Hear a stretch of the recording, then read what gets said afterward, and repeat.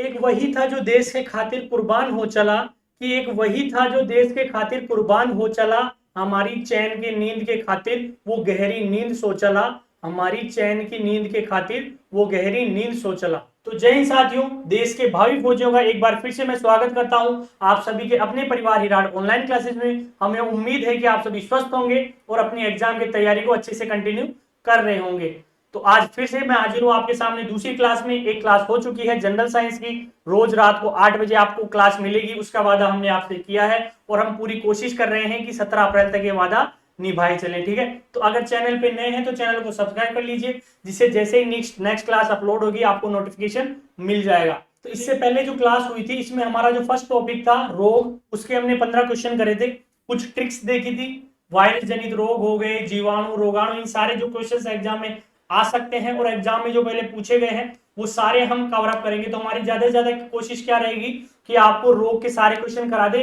इन्हीं के अंदर जो एग्जाम में पहले ये मत देखिए आपकी हम आपको प्रीवियस ईयर क्वेश्चन नहीं करा रहे, जो एग्जामों में क्वेश्चन पूछे जा चुके हैं वो भी हम इनमें आपको मिक्स में करा रहे हैं, कि जो एग्जाम में आ चुके हैं, जो आ सकते हैं या जैसे क्वेश्चन बन सकते हैं वो सारे हम आपको इसमें मिक्स में कवर अप करा रहे हैं। तो आपको क्या करना है, 17 अप्रैल तक कंटिन्यूसली हमारी क्लास लेनी है और क्लास को स्किप नहीं करना, एंड तक देखना है। इसके अलावा ये क्लास आपको कहाँ मिलेगी, यानी कि इसकी जो पीडीएफ है क्वेश्चन पेपर की, ये हमारे ऐप के ऊपर मिलेगी, जिसका लिंक डिस्क्रिप्शन में डाला हुआ है। आप जाके ऐप को डाउनलोड कर सकते हैं। अगर आप अभी लिंक से जाके ऐप को डाउनलोड करते हैं तो 50 रुपए की ई बुक आपको फ्री दी जाएगी, कोई चार्ज नहीं है। इसके अलावा जो टेस्ट सीरीज है वो आप फ्री ऑफ कॉस्ट वहां पे जाके दे सकते हैं। हमारी टेस्ट सीरीज अपलोड हो रही है, हो चुकी है, पहले की भी अपलोडेड है, उनको आप जाके दे सकते हैं।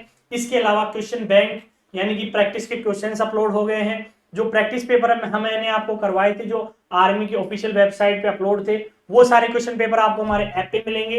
इसके अलावा टेलीग्राम का डिस्क्रिप्शन भी डला हुआ है, आप टेलीग्राम चैनल ज्वाइन कर सकते हैं। वहां पे जो इंपॉर्टेंट मैसेज होता है वो आप बच्चों को हम पहुंचाते हैं बच्चों तक। इसके अलावा पेपर भी वहां पे अपलोड करते हैं। ठीक है, इसके अलावा ऐप को आप क्यों डाउनलोड कर सकते हैं कि मान लीजिए आपको कोई बुक परचेज करनी है, आपको मार्केट में नहीं मिल रही है या आपकी थोड़ी महंगी पड़ रही है, कुछ भी कोई दिक्कत आ रही है, तो आप क्या कर सकते हैं, हमारा ऐप डाउनलोड करके ई बुक ले सकते हैं। बिल्कुल मिनिमम प्राइस में है, भी ई बुक लीजिए और आप उससे भी अपनी स्टडी को कंटिन्यू कर सकते हैं। तो अब रुकना नहीं है, पूरी जी जान झोंक दीजिए। 17 अप्रैल ज्यादा दूर नहीं है, पूरा जितना बाकी सारे काम बंद कर दीजिए, पूरा ध्यान किस पे रखना है, 17 अप्रैल को होने वाले एग्जाम के ऊपर रखना है। ठीक है, तो क्लास शुरू करें उससे पहले कुछ जरूरी चीजें हैं जो आपको पता होनी चाहिए। तो एक टेबल है, देखिए कि विषाणु द्वारा मनुष्य में उत्पन्न रोग कौन कौन से। तो देखिए रोग और प्रभावित अंग, क्योंकि आपको पता है कि कोई भी रोग हो तो हमारे एक बॉडी के पार्टिकुलर एरिया को क्या करता है, इफेक्ट करता है, ज्यादा इफेक्ट करता है। तो उसी के बारे में ये है कि कौन सा रोग कौन से जो हमारा बॉडी का ऑर्गन है या पार्ट है उसको ज्यादा इफेक्ट करता है। तो देखिए सबसे पहले हम बात करें चेचक यानी कि स्मॉल पॉक्स, तो ये क्या करता है, पूरे शरीर को ही इफेक्ट करता है। ठीक है, जो स्मॉल पॉक्स होता है, चेचक होता है, वो सारे शरीर को ही इफेक्ट करता है, कोई एक पार्टिकुलर पार्ट नहीं है, उस पूरे शरीर के ऊपर उसका इफेक्ट पड़ता है। दूसरा हम बात करें खसरा, खसरा यानी कि मिसल्स, तो इससे क्या होता है, ये भी पूरे शरीर पे ही इफेक्ट डालता है, पूरे शरीर पे इफेक्ट डालता है, कोई पार्टिकुलर पार्ट नहीं है कि उस पर ज्यादा इफेक्ट हो, पूरे शरीर पे यानी पूरी बॉडी पे इक्वल इफेक्ट होता है। इसके अलावा हम बात करें इन्फ्लुएंजा, देखिए तो इन्फ्लुएंजा क्या करता है, आपको भी पता होगा, सांस लेने में दिक्कत हो, हमारे श्वसन तंत्र यानी कि जो रेस्पिरेटरी सिस्टम है उस पर इफेक्ट डालता है क्या, इन्फ्लुएंजा। पोलियो, पोलियो हमारे नर्वस सिस्टम पे, आपने देखा होगा 2 बूंद जिंदगी की, जो अभी तो भारत पोलियो फ्री हो गया है, लेकिन बच्चों में जो 2 बूंद जिंदगी की यानी कि जिनके पोषण में कमी रह जाती है तो उन्हें पोलियो हो जाता है, उनके बॉडी पार्ट्स अच्छे से काम नहीं दे पाते, यानी कि हमारे जो नर्वस सिस्टम के अंदर सबसे ज्यादा इफेक्ट किसका होता है, पोलियो का। अगला देखिए हाइड्रोफोबिया, तो आपको पता ही होगा कि कुत्ते के काटने से क्या होता है, एक रोग होता है रेबीज। ठीक है, वो किससे होता है, रैबिडो वायरस से। इसमें क्या होता है कि जिस इंसान को कुत्ता काट लेता है, संक्रमित हो रखा कुत्ता, तो उसको क्या होता है, पानी से डर लगने लग जाता है। ठीक है, वो पानी के पास नहीं जाता, तो उसी को क्या कहते हैं, हाइड्रोफोबिया कहते हैं। और ये भी डायरेक्ट किसे इफेक्ट करता है, हमारे नर्वस सिस्टम को इफेक्ट करता है। किसे करता है, नर्वस सिस्टम को इफेक्ट करता है। होता है किसे, रैबिडो वायरस से, कुत्ते के काटने से रैबिडो वायरस से क्या होता है, एक बीमारी होती है रेबीज, और जो इंसान को हो जाती है उसको पानी से डर लगता है, इसे क्या कहते हैं, हाइड्रोफोबिया कहते हैं। इसके अलावा ट्रैकोमा किसे, हमारी आंख को इफेक्ट करता है। गलसुआ हो गया यानी वो हमारे पैरोटिड लाल ग्रंथि, किसको, पैरोटिड लाल ग्रंथि को इफेक्ट करता है। और एड्स होता है वो हमारी जो क्या होती है, प्रतिरक्षा तंत्र होता है हमारा, एंटीबॉडी जो सिस्टम होता है उसे क्या करता है, इफेक्ट करता है एड्स। ठीक है, तो इंपॉर्टेंट है टेबल, आप इसका एक क्या ले लीजिए, स्क्रीनशॉट ले लीजिए, क्योंकि इससे क्वेश्चन आपको पूछ सकता है वो। ठीक है, क्वेश्चन पूछ सकता है कि मान लीजिए पोलियो कहाँ पे इफेक्ट करता है, तो आपको पता होना चाहिए डायरेक्ट किसको करता है, हमारे तंत्रिका तंत्र को करता है, तो इंपॉर्टेंट है। ठीक है, तो देखिए आज की क्लास का पहला क्वेश्चन क्या है, ल्यूकेमिया डैश का कैंसर, यानी कि जो ल्यूकेमिया है वो किसका कैंसर है, गर्भाशय का कैंसर है, त्वचा का कैंसर है, रक्त का कैंसर है, या फेफड़ों का कैंसर है। तो ल्यूकेमिया क्या है, ब्लड कैंसर है, एक तरीके का क्या है, ब्लड कैंसर है, यानी कि हमारा ऑप्शन थर्ड क्या हो जाएगा, राइट आंसर हो जाएगा। क्या हो जाएगा, राइट आंसर हो जाएगा। तो देखिए कि ल्यूकेमिया रक्त का कैंसर है, इसे रक्त या अस्थि मज्जा का कैंसर रोग भी कहते हैं। तो देखिए इसे और क्या कह सकते हैं, अस्थि मज्जा का कैंसर रोग भी कहा जाता है। इसकी मुख्य विशेषता है सामान्य रूप से श्वेत रक्त कोशिकाओं, यानी कि हमारी जो डब्ल्यूबीसी होती है, डब्ल्यूबीसी व्हाइट ब्लड सेल, उनको क्या करता है ये, असामान्य बहुजनन, यानी कि इसकी मुख्य विशेषता क्या है, सामान्य रूप से श्वेत रक्त कोशिकाओं का असामान्य बहुजनन कर देता है। ये डब्ल्यूबीसी से क्या हो जाती है, मात्रा हमारे ब्लड में बढ़ जाती है। ठीक है, और इससे क्या हो जाता है, ब्लड कैंसर हो जाता है। तो फर्स्ट का क्या हो जाएगा, ऑप्शन थर्ड राइट आंसर हो जाएगा। देखिए नेक्स्ट क्वेश्चन है, प्रथम एंटीबायोटिक कौन सी थी। देखिए मोस्ट इंपोर्टेंट है, मैंने आपको हर बार बताया है, सारे कॉम्पिटिशन एग्जाम में फर्स्ट एंड लास्ट हमेशा इंपोर्टेंट रहता है। तो क्या पूछ रहा है कि पहली एंटीबायोटिक थी वो कौन सी थी, तो इनमें से कौन सी थी, टेरामाइसिन, नियोमाइसिन, स्ट्रेप्टोमाइसिन या पेनिसिलिन। तो जो हमारी पहली एंटीबायोटिक थी वो थी ऑप्शन 4 पेनिसिलिन। क्या थी, पेनिसिलिन। तो ऑप्शन 4 क्या हो जाएगा, राइट आंसर हो जाएगा। तो देखिए पेनिसिलिन एंटीबायोटिक का एक समूह है, यानी कि पेनिसिलिन क्या है, एंटीबायोटिक का एक समूह है जो पेनिसिलिन कवक से क्या किया जाता है, पृथक किया जाता है। देखिए इंपॉर्टेंट है ये भी, यहाँ पे इसको भी आप अंडरलाइन कर लीजिए कि पेनिसिलिन कवक से अलग पृथक किया जाता है। तो आपसे पूछ ले कि पेनिसिलिन एंटीबायोटिक कौन से कवक से पृथक किया जाता है, तो पेनिसिलिन कवक से पृथक किया जाता है। और ये क्या है, प्रथम एंटीबायोटिक औषधि है, कौन सी, पेनिसिलिन। अब इसकी खोज किसने की थी, ये भी इंपॉर्टेंट है, खोज किसने करी थी, तो इसकी खोज करी थी सर अलेक्जेंडर फ्लेमिंग ने, और कब करी थी, 1928 के अंदर। तो जो पहला एंटीबायोटिक था वो कौन सा था, पेनिसिलिन, और इसकी खोज किसने की थी, सर अलेक्जेंडर फ्लेमिंग ने करी थी, और कब करी थी, 1928 के अंदर करी थी। तो ऑप्शन 4 क्या हो जाएगा हमारा, राइट आंसर हो जाएगा। ठीक है, अगला देखिए क्वेश्चन नंबर 3 है कि निम्नलिखित में से कौन सी एक जल जनित बीमारी नहीं है, यानी कि इनमें से कौन सी एक बीमारी है जो जल के द्वारा नहीं फैलती है, बाकी 3 फैलती है। तो देखिए कंठमाला रोग, टाइफाइड, हैजा, हेपेटाइटिस।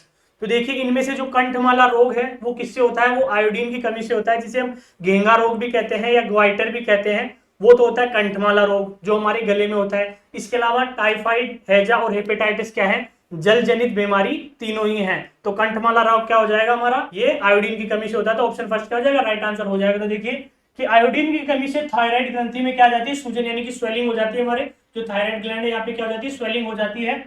इसे घेंगा, ग्वाइटर या कंठमाला रोग नामक बीमारी कहते हैं। इसके विपरीत टाइफाइड, हेपेटाइटिस, हैजा आदि क्या है, जल जनित बीमारी है, यानी कि कंठमाला रोग को छोड़ के बाकी तीनों क्या है, पानी से फैलने वाली बीमारियां हैं। जबकि ये किससे होती है, आयोडीन की कमी से हमारे थायराइड ग्लैंड में क्या हो जाती है, स्वेलिंग हो जाती है, सूजन आ जाती है। ठीक है, तो ऑप्शन फर्स्ट क्या हो जाएगा, राइट आंसर हो जाएगा। नेक्स्ट क्वेश्चन देखिए, रेबीज, बहुत इंपॉर्टेंट है ये रेबीज। फिर से आ गया कि रेबीज क्या है, तो ये क्या है, एक विषाणु जनित रोग है। क्या है, विषाणु जनित रोग है। ठीक है, वायरस से होता है। और कौन से वायरस से होता है, तो मैंने आपको कल बताया था, शॉर्ट ट्रिक भी बताई थी, रैप्डो वायरस से होता है। किससे होता है, रैप्डो वायरस से। संक्रमित जो जानवर होते हैं उनके काटने से या नोचने से फैलता है। तो ऑप्शन सेकंड क्या हो जाएगा इसका, राइट आंसर हो जाएगा। तो देखिए कि रेबीज विषाणु जनित रोग है जो केंद्रीय तंत्रिका तंत्र को प्रभावित करता है।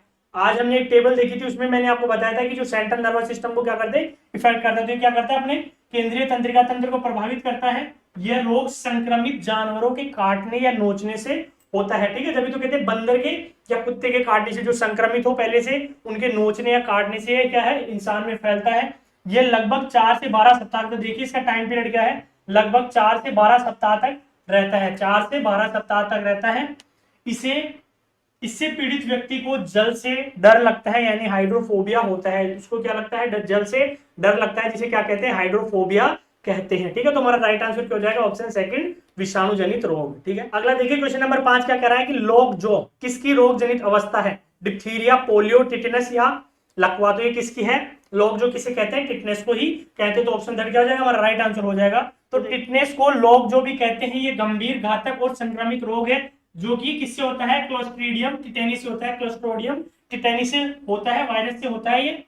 ये जीवाणु जहरीला पदार्थ स्त्राव करती है जो मस्तिष्क और तंत्रिका तंत्र को प्रभावित करती है। ठीक है, ये क्या करता है, ये हमारे एक तो मस्तिष्क को और सेकंड किसको करता है, हमारे जो नर्वस सिस्टम है उसको इफेक्ट करता है। यह पेशियों को कठोर बनाकर पेशियों में ऐंठन पैदा करता है, यानी हमारी जो पेशियां है वो क्या हो जाएगी, कठोर हो जाएगी, और उनमें ऐंठ आ जाएगी, यानी कि दर्द होने लग जाएगा, जिससे हमें सांस लेने में भी तकलीफ होती है।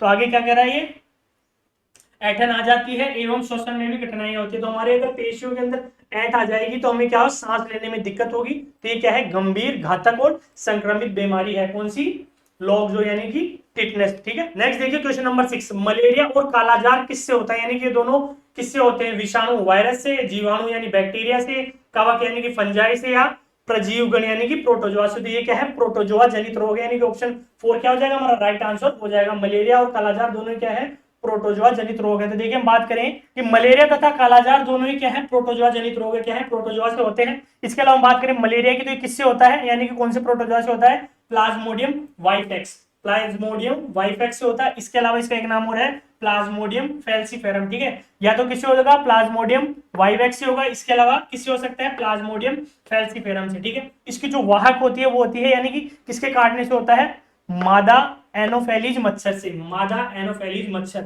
याद करिए ये बहुत इंपॉर्टेंट है। तो मादा एनोफेलिज मच्छर से। इसके अलावा कालाजार की हम बात करें तो ये होता है लीशमेनिया प्रोटोजोआ से, किससे होता है, लीशमेनिया प्रोटोजोआ से। और इसकी जो वाहक होती है वो होती है मादा फ्लोबोटोमस सैंडफ्लाई, मादा फ्लोबोटोमस सैंडफ्लाई। ठीक है, तो इंपॉर्टेंट क्वेश्चन है, आप इसको टिक कर लीजिए। मलेरिया और कालाजार मैंने आपको बता दिया कौन से हैं, प्रोटोजोआ जनित रोग हैं, किससे होते हैं, कौन से प्रोटोजोआ से होते हैं, और वाहक क्या होते हैं। ठीक है, तो आप क्या कर लीजिए, इसका एक स्क्रीनशॉट ले लीजिए, फिर आप इसको कॉपी में राइट डाउन कर लीजिएगा। ठीक है, तो अगला देखिए, अगला क्वेश्चन नंबर 7 के अल्जाइमर रोग से मानव शरीर का कौन सा अंग प्रभावित होता है, यानी कि अल्जाइमर हमारे बॉडी के कौन से पार्ट को क्या करता है, इफेक्ट करता है, हमारे मस्तिष्क को, वृक्क को, हृदय को, या प्रतिरोधी प्रणाली को। तो किसको करता है, हमारे मस्तिष्क को करता है, यानी कि ब्रेन को करता है। कहते हैं ना मंद बुद्धि, जिनको अल्जाइमर होता है तो मंद बुद्धि कहते हैं, पागल जो आधे से पागल होते हैं, सोचने समझने की जिनकी क्षमता ठीक नहीं होती। ठीक है, तो उन्हें होता है अल्जाइमर रोग। देखिए अल्जाइमर रोग एक प्रकार की मस्तिष्क विक्षिप्तता है, यानी कि एक कमी है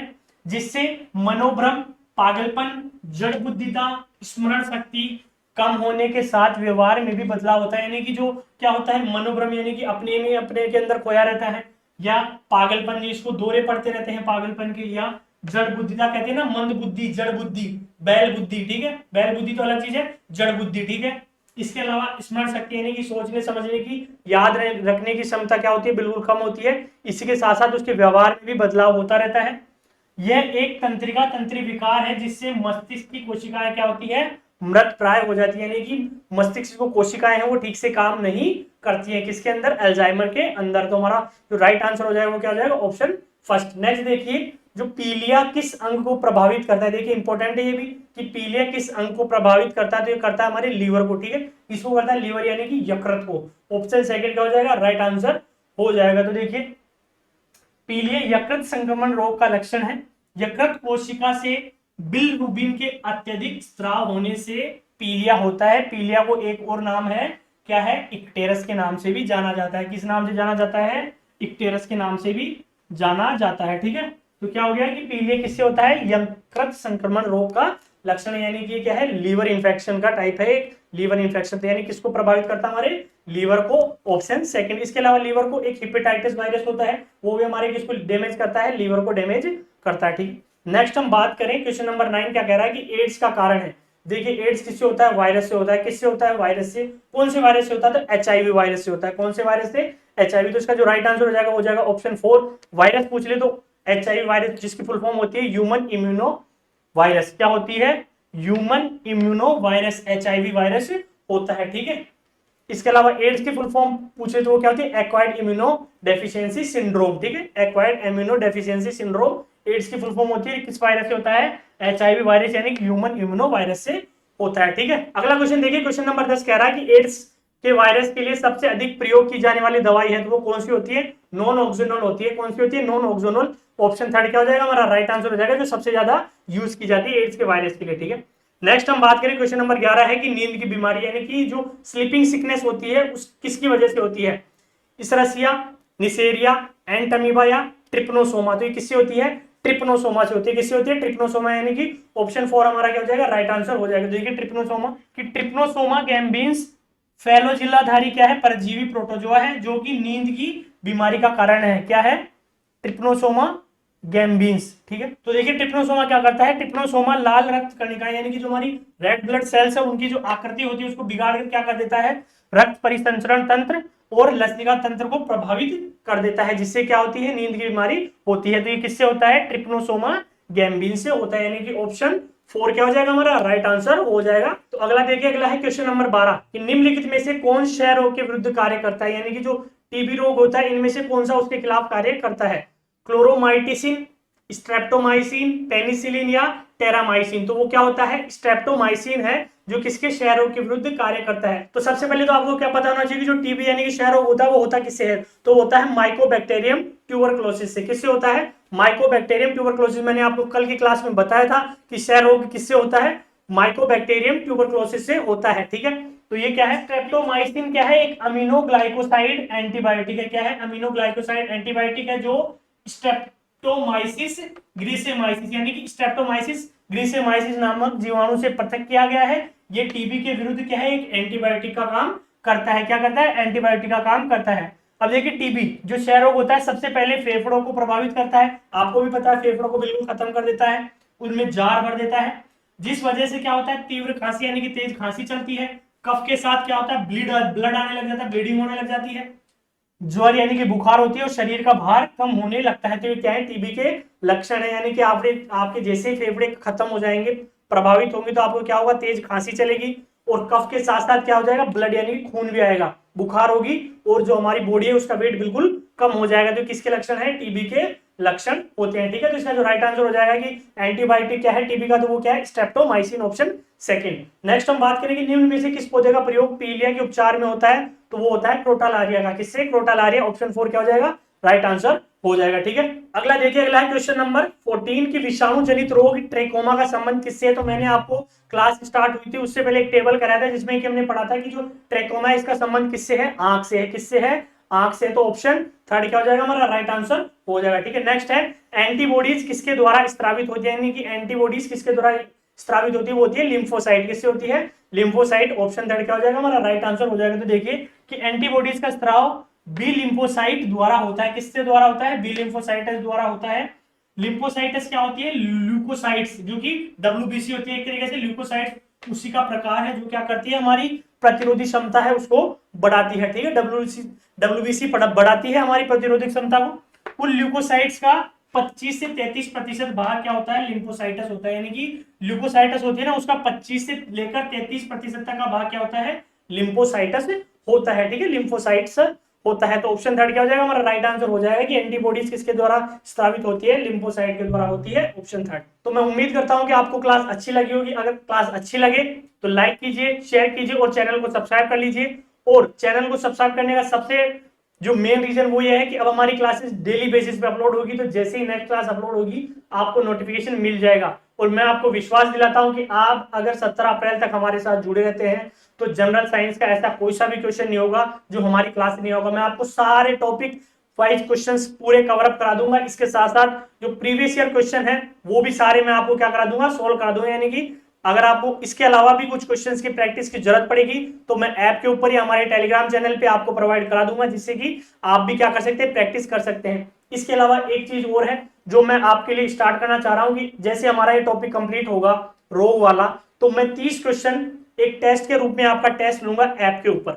ठीक है, तो अगर आपको ये है तो कमेंट बॉक्स में कमेंट करके जरूर बताएं कि हाँ सर ये ठीक रहेगा, क्योंकि जैसे ही टॉपिक कंप्लीट होगा मैं आपका एक टेस्ट अपलोड कर दूंगा ऐप के ऊपर फ्री ऑफ कॉस्ट, कोई चार्ज नहीं रहेगा। आप जाके ऐप के ऊपर टेस्ट दीजिए, जिससे मुझे भी लगेगा कि हाँ कितने बच्चे हमारी क्लासेस रेगुलरली ले रहे हैं और उनको जो मैं बता रहा हूँ वो समझ में आ भी रहा है कि नहीं आ रहा है। ठीक है, तो हम क्या करेंगे, ऐसे ही टेस्ट कंडक्ट करेंगे, जैसे ही टॉपिक खत्म होगा वैसे ही क्या करेंगे, टेस्ट कंडक्ट करेंगे। अब एक सवाल और आपके मन में आ रहा होगा कि सर अब आप तो धीरे करा रहे हो, तो बिल्कुल भी धीरे नहीं है। जैसे ही हम फ्लो में आएंगे तो क्वेश्चंस को बढ़ा देंगे, 15 की जगह 20 क्वेश्चन लेने लग जाएंगे। ठीक है, तो क्लासेस आपको 17 अप्रैल तक रेगुलरली मिलेगी और वो मेरा काम है कि मुझे कैसे सिलेबस को कवर अप करना है टॉपिक वाइज। ठीक है, पूरे टॉपिक में आपको कवर अप करा दूंगा, बस आप मेरे साथ जुड़े रहिए। तो मिलते हैं नेक्स्ट क्लास में, तब तक के लिए हंसते रहिए, मुस्कुराते रहिए और अपनी तैयारी को अच्छे से करते रहिए। जय हिंद, जय भारत।